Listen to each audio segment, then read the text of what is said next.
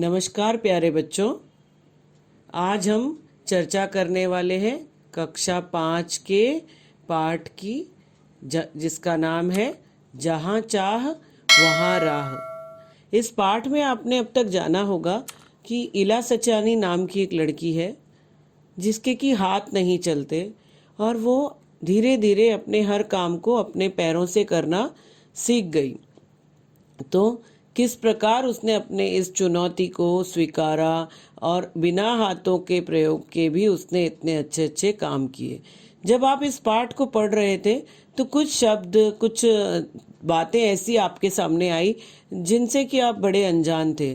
तो मैंने सोचा क्यों ना अब इस विषय पर ही हम एक वीडियो बना लें, जिससे कि आपकी जो दुविधा है वो भी दूर हो जाएगी और हम पाठ को और अधिक तरीके से, अच्छे तरीके से समझ जाएंगे।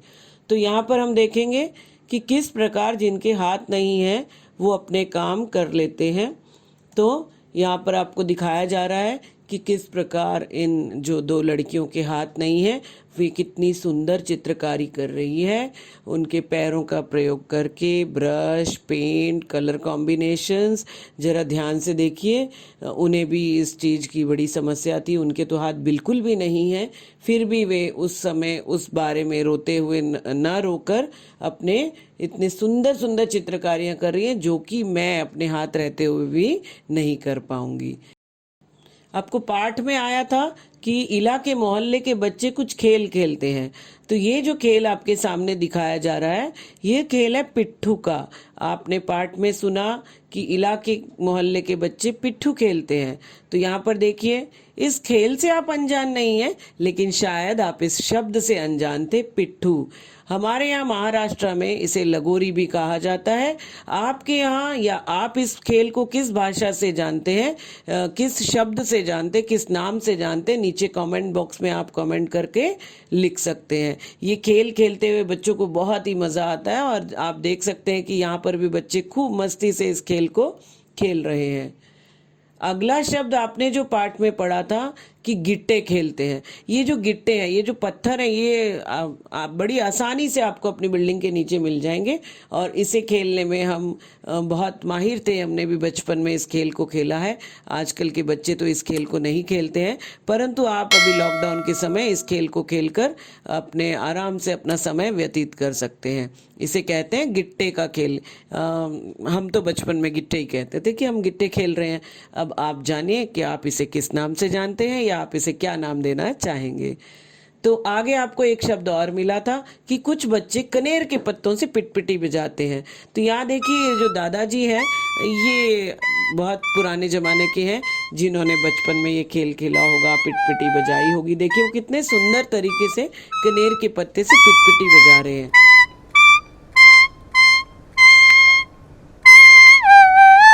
आगे आपने पाठ में बहुत सारी कशीदाकारी, कढ़ाई के नमूने, इनके जो नाम सुने। यहाँ पर भी आप थोड़े से दुविधा में पड़ गए थे कि क्या होती है ये कढ़ाई, कैसे होती है, इनके नाम क्यों हैं। तो ये आपको दिखाया जा रहा है कि पहला टाका था रनिंग स्टिच, अब दिखाया जा रहा है बैक स्टिच। इसमें एक टाका आगे लिया जाता है, एक टाका पीछे लिया जाता है और इस तरह से कई बार हम अपनी टहनियाँ और जो तना होता है पौधे का या बेल की जो मेन शाखा होती है उसे बनाने के लिए इसका प्रयोग कर सकते हैं। अगला है स्प्लिट स्टिच। ये भी कुछ इसी तरह से बनाया जाता है और इसी तरह का प्रयोग होता है इसका, परंतु इसे अगर हम बड़े ध्यान से देखें तो ये जंजीर टाका यानी चेन स्टिच के जैसा भी दिखता है, परंतु इसका प्रयोग भी हम अपने स्टेम जिसे कहते हैं और टहनियों के लिए। अब है स्टेम स्टिच, इसको तो नाम ही ऐसा दिया हुआ है, तो इसका प्रयोग हम अपने इस पौधों को बनाने में, बूटियों को बनाने में, बेल बूटियों को बनाने में प्रयोग कर सकते हैं। तो इसी तरह से लॉकडाउन का समय है, आपके पास बहुत समय है, आप इनमें से बहुत से टाके आराम से उपयोग में ला सकते हैं, प्रयास कर सकते हैं। अब आया फ्रेंच नॉट। ये मुझे बड़ा ही पसंद है इसको बनाने के लिए। तो जब हम इसे बनाते हैं तो यहाँ पे देखो फूल, कितना सुंदर फूल बन जाता है, गुलाब का फूल जैसा लग रहा है। यदि आप अपने बेल बूटे बनाएं, आप प्रयास करेंगे तो इससे आप बेल बूटे के ऊपर फूल लगा सकते हैं। अब आया चेन स्टिच, जिसे कि कुछ बच्चों ने मुझे सवाल किया था जब हम पढ़ रहे थे, जंजीर टांका, इसे कहते हैं जंजीर टांका। देखिए एक के आगे एक कड़ी जैसे बनता जा रहा है, यानी जंजीर बन रही है, इसे अंग्रेजी में हम चेन स्टिच भी कहते हैं। अब आया फेदर स्टिच। यहाँ पर ये ऐसा लग रहा है जैसे कि हमने कौवे का पैर बनाया या उनके पंजे बनाए, जिससे कि तो इसे इसको अंग्रेजी में फेदर स्टिच भी कहते हैं। अब अगर हमने ये जो चेन जैसी बनाई है, इसके ऊपर अगर हम फ्रेंच नॉट जो बना दें तो इसके ऊपर फूल बन जाएंगे। अब है सैटन स्टिच, इसे भरने के लिए प्रयोग किया जाता है। बहुत ही सुंदर तरीके से बनाई जा रही है ये सब एम्ब्रॉयडरीज, आपको समझाने के लिए कि किस तरह से कौन कौन से टाके होते हैं। ये है लेजी डेजी, इसका नाम ही कितना अच्छा लग रहा है, लेजी डेजी, है ना। तो आप भी इसका प्रयोग करके फूल बना सकते हैं। आप प्रयास जरूर करना, आपके पास बहुत समय है अभी लॉकडाउन में। ऐसा कुछ कंपल्शन नहीं है कि आपको बनाना है, परंतु अगर ये आप कलाकारी सीख लो तो आपको थोड़ा अच्छा लगेगा और एक टैलेंट हमें एक्स्ट्रा मिल जाता है ना। अब है सीड स्टिच। तो यहाँ पे कई बार हम अपने पौधों के नीचे दिखाना चाहते हैं कि बीज निकल के गिर गए, तो हम इस टाके का प्रयोग कर सकते हैं और ऐसा नेचुरल सा लगेगा कि नीचे देखो बीज भी गिरे हुए हैं, तो अच्छा लगता है। अब यहाँ पर आपको बताया जा रहा है चिकनकारी। आपने बहुत सारा पढ़ा होगा चिकनकारी चिकनकारी। तो ये जो है कढ़ाई है, जिसे हम एम्ब्रॉयडरी अंग्रेजी में कहते हैं, तो ये चिकनकारी की कढ़ाई है। ये वीडियोस को मैंने थोड़ा फास्ट करके दिखाया ताकि आपका समय ना खराब हो और आप जान भी जाएं। तो आपने अपनी मम्मा के बहुत सारे कुर्तों पे ऐसी चिकनकारी देखी होगी या साड़ी पे देखी होगी, और ये लखनवी कढ़ाई भी इसे हम कहते हैं और चिकनकारी भी कहते हैं। और ये बहुत ही सुंदर लगता है जब पूरा बन जाता है। कारीगर कितनी मेहनत से इस काम को करते हैं, आप चाहें तो आप भी आराम से कर सकते हैं।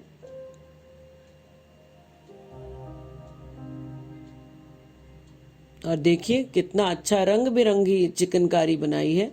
अधिकतर मैंने एक ही रंग की चिकनकारी देखी, लेकिन ये कितनी सुंदर लग रही है, अलग अलग रंग डाले हैं।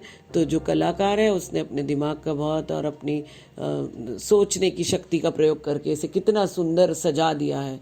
आप चाहें तो आप भी अलग अलग धागों का प्रयोग करके और अलग अलग डिज़ाइन से इसे सजा सकते हैं।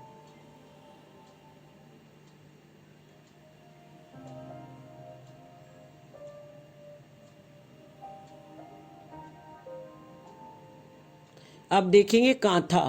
आपने देखा था कि ईला ने इन सारे टांकों को एक साथ मिलाकर अलग अलग डिजाइन। कांथा की जो कढ़ाई है वो अधिकतर साड़ियों पे मिलती है और बहुत सुंदर लगती है। इसमें एक से बढ़कर एक डिजाइन है, परंतु मैं आपको ये सादा सा डिजाइन दिखाना चाहूंगी। किस तरह से धागे, पहले आपको अपने कपड़े पे जो है आपको पेंसिल से स्केच कर लेना है और फिर सादे टांकों से इसे भरते जाना है। इसमें बहुत संयम की ज़रूरत लगती है और इससे हमारे दिमाग को भी शांतता मिलती है। जब हम ऐसे कोई काम करते हैं तो हमारे दिमाग पे जो है कंट्रोल आता है हमारा, और हमें अंदरूनी खुशी मिलती है, मन बहुत प्रसन्न हो जाता है, क्योंकि हमें लगता है कि हमने बहुत अच्छा कुछ अचीवमेंट किया है। और ये सही बात भी है, लगता ही नहीं, सच्ची बात भी है। तो मैं चाहती हूँ कि बच्चों, आपके पास बहुत समय है, आप ईला के एहसास को समझ सको। आपके पास तो हाथ है, आप अपने हाथों का प्रयोग करके इन सारी चीज़ों का जो है जायजा ले सकते हो और एहसास कर सकते हो कि किस तरह से हमारी डिज़ाइन जब पूरी हो जाती है तो हमें कितनी खुशी मिलती है, मन की शांति मिलती है। और देखो कितने सुंदर पक्षी बनाया है और रंग बिरंगे रंगों से इसे सजाया है। अब आगे बढ़ते हैं हम।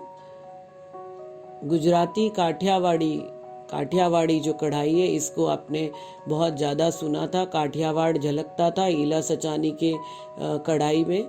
ये है काठियावाड़ी एम्ब्रॉयडरी या काठियावाड़ी कशीदाकारी, जिसमें कि ईला ने महारत हासिल की थी। और ईला तो वैसे तो ईला बहुत समझदार थी, उसने सारी कढ़ाई सीख रखी थी, परंतु काठियावाड़ी जो है उसने बहुत बचपन से ही सीख ली थी।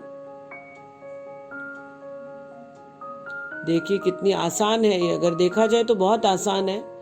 हर बच्चा इसे आराम से संयम से कर सकता है, कोई तकलीफ नहीं इसे करने में।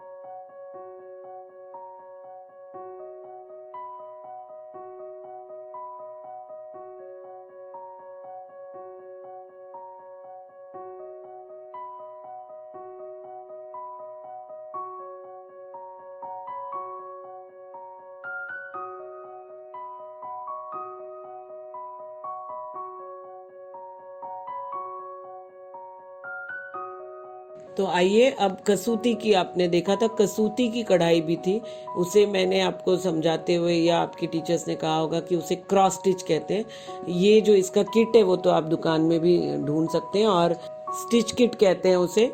आप उसे दुकान से लाकर बहुत सुंदर तरीके से आप अपनी पसंद का स्टिच किट ले सकते हैं। उसमें आप कोशिश ज़रूर करना कि आप क्रॉस स्टिच, जिसे हम कसूती की कढ़ाई कहते हैं, वो करें। वो बहुत ही आसान होता है और आपको भी अच्छा लगेगा, और बाद में आप उसे फ्रेम करके अपने घर में भी टांग सकते हैं। तो मैं गुजारिश करना चाहूँगी हमारी कक्षाओं के हर लड़के से भी, क्योंकि अभी आपके पास बहुत समय है।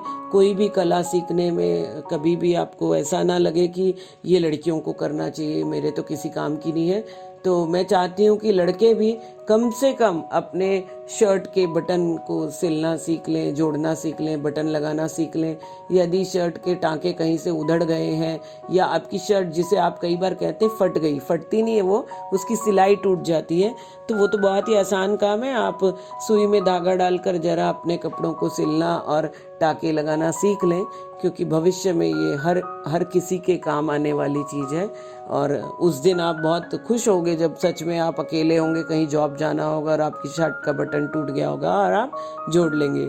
तो मैं रिक्वेस्ट करती हूँ हमारे हर बच्चे से, चाहे वो लड़की हो चाहे वो लड़का हो, कृपया करके सुई धागे का प्रयोग करना सीखें, क्योंकि भगवान ने हमें हर चीज़ दी है, तो क्यों ना हम इसका भी आनंद लें और सीख लें, ताकि हमारे भविष्य में हमारी जो है मदद होगी। चलिए, धन्यवाद। जल्द लौटूंगी एक नए वीडियो के साथ।